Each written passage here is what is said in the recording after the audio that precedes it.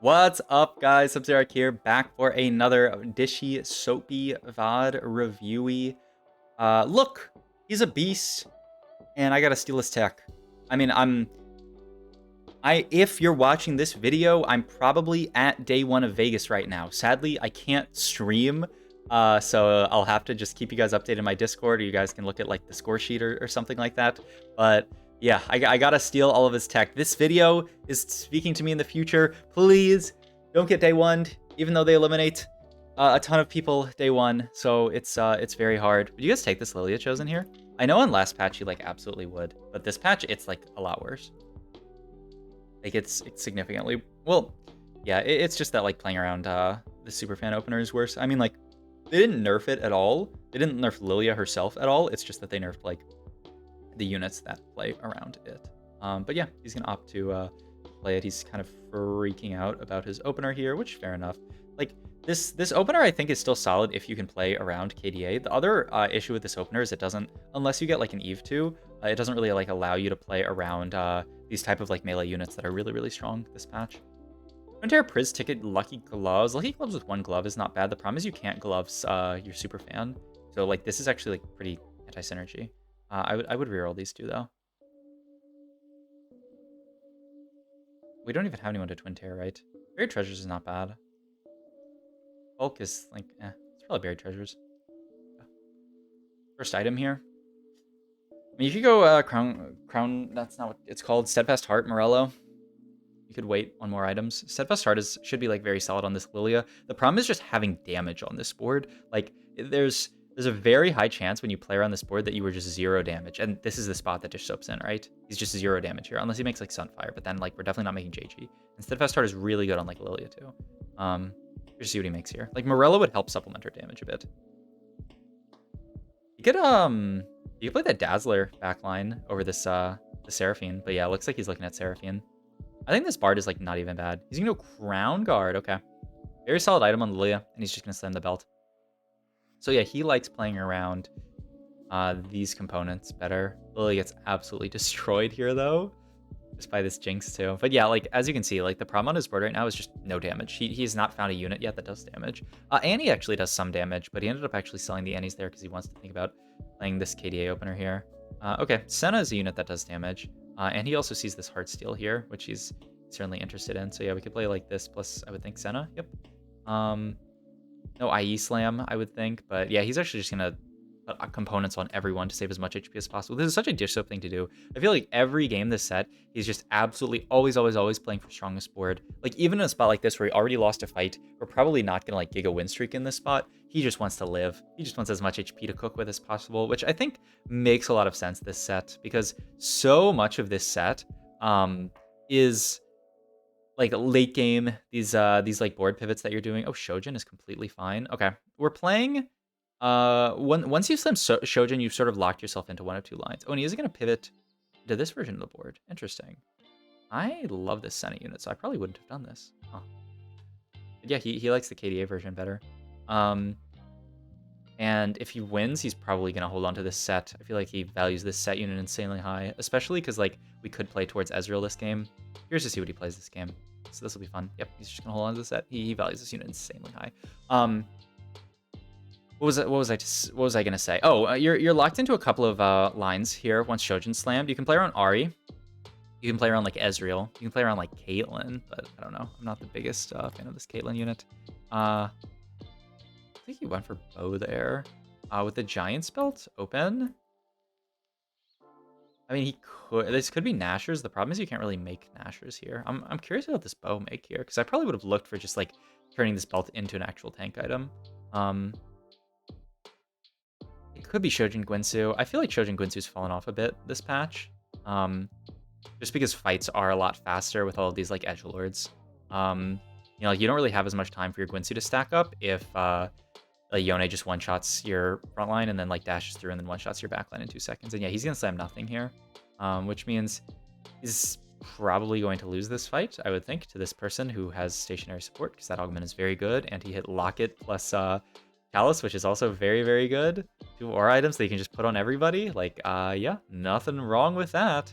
Finds a Yone, and wow, it's just the full-on pivot. Just pivots his board into 3 Heartsteel, especially after that loss.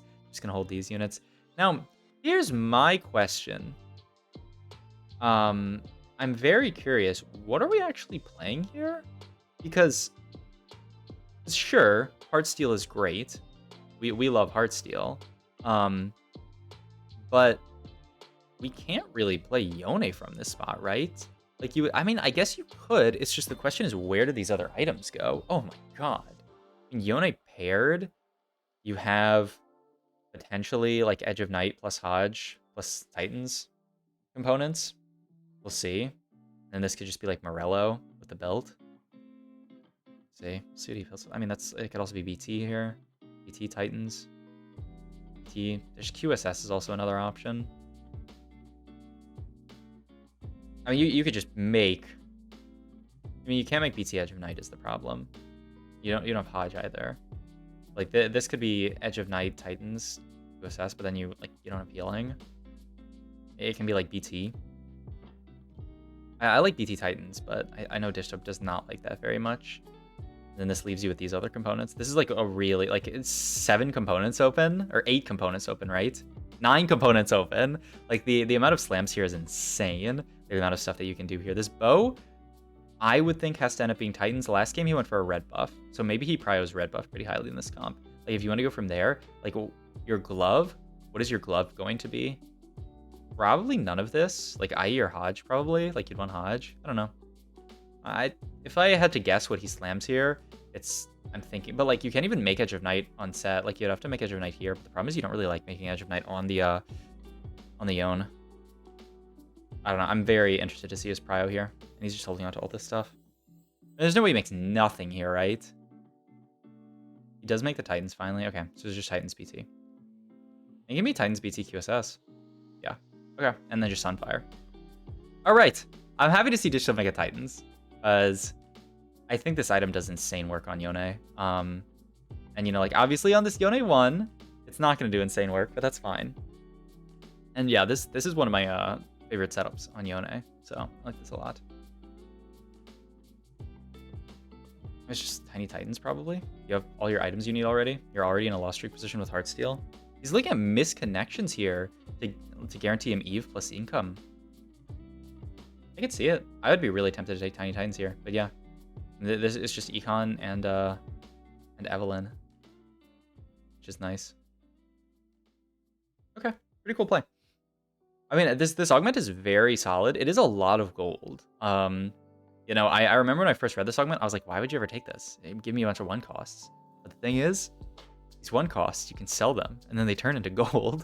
So it's actually like a lot of gold as a silver augment and guarantees you the 1 cost that you might need. But yeah, look at this Yone with Titans, man. He's just so tanky, does so much damage. He dealt 3k there on just a Yone one. Like, I feel like he's a monster, especially in a spot like this where like we're not even getting anything out of our augments. All right, we'd like to lose this fight so that we cash here on 60. Or actually, if we're winning this fight, we're probably killing 6 units, so we're probably cashing on 60 regardless. So that's actually really, really nice. But yeah, curious to see. Like, he can just send it next round, which I think is what a lot of people who play Yone do, but I mean, he's like rich enough. He's not broke here. And if you can find Yone 2 plus like Chosen Yone, really nice. The problem is he has his items on Yone, so you can't move his items until he hits Yone 3. So it'd be interesting to see what his next round actually looks like. Because there's a lot of stuff that still needs to be found. He's 74 HP. He's so healthy, actually. Oh my god. This is Zed. You probably just take the Zed for Zed, right? Looks like he's not looking at that, though. There's also, I mean, this. Yeah, I mean, you just take the Zed for Zed. Yeah, I mean, Zed is Zed. Zed is definitely Zed. And it's a tier, like, that can be Hodge. I mean, it can basically only be Hodge. I mean, I guess it could go on someone else for something. I don't think it's going to be... We still have that Rod open on center, right? I don't think it's going to be Archangel. But yeah, I mean, you're definitely supposed to level here. The question is, how much do you roll? What is this? It's a bunch of units? Oh, it's just a bunch of gold. Okay, there's a Zed pair. We can actually... I'll slow down this roll down, because this is something that people were asking about as well. Like, this is Yone 2. Like, you see the zigs and stuff here, but, like, he's just looking for playable headliners and upgrades here. I mean, Yone 2 is huge. I mean, you can't play the Snar, though, is the problem. I wouldn't think. Maybe he's actually considering playing the Gnar for a round. Or just playing no... Yeah, okay. So this was the end of his roll down because he hit this, and because he hit the zigs. He was, like, not really supposed to go on this board. But But he's at least a nice holder for these AP items for now. But yeah, I mean, having no headliner feels bad, but the issue is just like if you keep rolling here, you're just broke. Like especially if you roll into 10 gold here, like these are the hard moments in TFT where you, like if you just keep rolling here, like you're just gonna be out of gold. Rapid fire, as big shot, another Yone is really nice. Oh. I mean, you have to take it, right? It's Heartsteel chosen, which is really, really tough. But this is 7 Yones. I think you have to take it. Do you have... He doesn't have another Heartsteel on bench. He doesn't have the Aphelios. I'm really curious to see if he picks this up here. Because he's 64 HP. This is his 7th Yone. Like, I think you have to take it, and he does. Okay. And yeah, you just get it in exactly like this. You just play 3 Heartsteel like this. And we're not going to be max cap this game. Because we can't play towards 6 crowd ever unless we get like a spat later. But it's fine. Yone 3 is an insane spike. So yeah, I think like knowing when to skip and when not to skip those Heartsteel Yones, like if he was 40 gold here, you can probably skip that Heartsteel Yone and find a better one. But he's 10 gold there. You have to buy that Heartsteel Yone in that spot. And now, because like now he's 2 off Yone, he actually also has an insane amount of other stuff to roll for. You can get this Viego into the board. He still has the Evelyn rights, but like now we know we're probably... Wait, no, did he sell Eve, actually? Or is it just on our board right now? It's on our board right now. Okay. Actually, he's going to continue to roll here. Finds the Kale, finally. Okay, like, the problem about putting your board together like this... Oh, and he's actually finding Heartsteel here, but he sold his other Heartsteel, so he can't play 5. The problem with, like, assembling your board is, like, boom, boom, boom, boom, boom, boom. Like, you kind of want to play this. And then at that point, like, what are you playing? You have to play some kind of tank. Right now, he's playing this as his Heartsteel tank. So then this, like, kind of has to come out. Like, you can't really play around this yet, I wouldn't think. You just play another Zed, you play, like, probably not another Katarina, you could play, like, a random Zac or something. But, like, it's too much when you have 2 Yones on your board, and you want to play Heartsteel to fit everything else, I think. It's gonna be hard to fit. He's gonna play 5, okay. So, yeah, he does play 5 here, because once he finds the Aphelios. Man, Bishop is such a vertical Heartsteel enjoyer. I think he thinks that 5 is just Giga broken. I mean, and fair enough, right? Like, we get 5 Heartsteel in here. We're 64 HP. Our board's not even bad. We're gonna get so much from this. Did he sell Viego here? And just said, like, I don't care about that guy? I would be surprised if he did, but I don't see it on his bench, right? And it's still on his board is the thing. Okay. Pharmacist is pretty solid. There's also What the Forge. You need so many items. But the problem is, like, you lose QSS, you lose, like, Sunfire. Like, you're gonna have no healing reduction and no, CC immunity. But, like, What the Forge should be really good in this spot. I mean, it should be insane, right? We're Buried Treasures, What the Forge. I mean, doesn't it have to be this? Yeah, it does. Like, look at all the items we just got. Holy fuck. Infinity. And it allows us to move items over to Chosen Yone. I didn't even really think about that, but that's really nice as well. I've seen Snipers focus Yone to mix success. Interested to see if he wants to go for it here. I mean, slam the Gwynsu first to see what your last item is. Trickster's Glass. I mean, we have 1 Trickster's. It probably just goes on for front line for now, I would think. He's gonna put it on Zed. Okay, yeah, that's the other option. I mean, Zed already makes a shadow. Oh, what? Hull Crusher? Oh, interesting. Hull Crusher Yone, just to make him tanky enough to survive through everything. I was watching Disho stream and he was reading through the patch notes, and there is a hilarious line in the patch notes about the buffs to Yone, and they're like, remember, when you're playing Yone, you need to put items on him to make him tankier, so consider building items like Adaptive Helm on Yone. And people are just like, Adaptive Helm Yone? Okay. Okay, buddy. He was like, you think they thought Yone was too weak in The Sims because they were playing Adaptive Helm Yone every game? Alright. We're gonna fit... What did we just cut? He just cut second Yone here for, yeah, you really do need Edgelord here. So now that you have items moved over to Yone, I think this makes a lot of sense. Probably should have done this last round, right? Like, Edgelord is so nice. This is a cool Yone setup, though.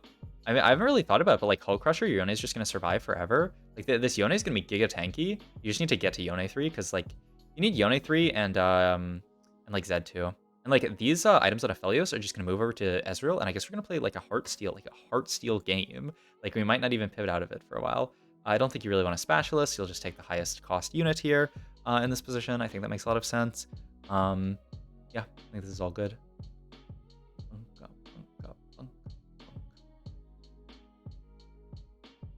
And Kai is right. Kai said Kai VOD reviews in his editing program so we can just speed up things faster. Because in a spot like that, I definitely just want to speed stuff up. And like, you know, get through this planning phase. But that's fine. I can just press right and skip 5 seconds. All good. All right. We are fighting Caitlyn. Does this person have 6 Caitlyn's? They do. They might hit Caitlyn 3 this game. Because who the hell else is going to play Caitlyn? But yeah, we went 8 in this position just because we're healthy enough to do it, and our board's not bad. It allows us to get Pentakill in, which is a huge synergy to play on boards like these. We have a Lowy, who's a great addition. I would be really considering cutting out of 5 Heartsteel here, but he is holding the line, keeping 5 in to get as many stacks as possible. This Dish Soap guy is going for gold here. Yeah, I don't know, because some very good players like to troll for content. I don't know if this is a troll for content or if he legitimately thinks it's correct here to greed Heartsteel this hard. Because, I mean, he's almost at 200 stacks. He can take another...